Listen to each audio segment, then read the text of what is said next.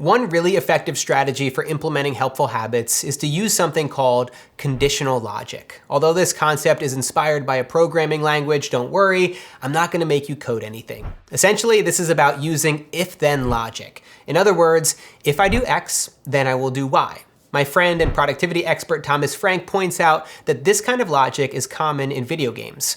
Once a certain event gets triggered, it lets the game know that you're ready to move on to the next level. If Mario reaches the flag, then he can move on to Bowser's castle. But conditional logic is everywhere if you look hard enough. If I press this button, then the elevator will arrive at my floor. If I start breakdancing in public, then people will laugh and take photos of me. But we can also apply if-then triggers to our habits. The key is to tie the new desired behavior to things that we're already doing. Thomas Frank gives a couple great examples. When he had the goal to drink more water, he chose a trigger he was already doing, going to the bathroom. So every time he went to the bathroom, he'd fill up his water bottle and drink from it. This one is really clever because the more water he drank, the more bathroom breaks he took, and then the more water he drank, and, well, you get the idea. Another one that I love from Thomas, he attached an if-then trigger to the goal of doing more pull-ups. He attached a pull-up bar to his bedroom door frame, and every time he walked through his room, he'd have to do 5 pull-ups. I've personally used if-then logic to stick to my own fitness and nutrition goals. When I finish lifting weights, then I'll jog a half mile. When I get home from my workout, then I'll drink a protein shake.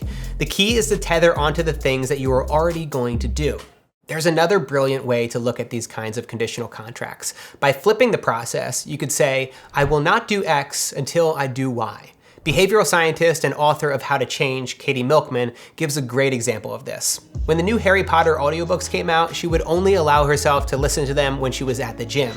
She told herself, I will not listen to Harry Potter until I start jogging on the treadmill. This is ingenious. If you really think about it, Katie has just created a powerful combo of craving and reward. Throughout the day, she craves the next chapter of her audiobook, and the only way that she gets the reward is by going to the gym for a workout. By the way, she decided to listen to the audiobook while exercising, which makes it a concurrent reward, and that's something that we'll be talking more about in Module 5. Let's see if you can figure out a few of these for the habit that you're working on yourself.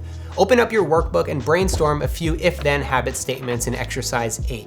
Then circle the one you plan to put into action. You can do that now.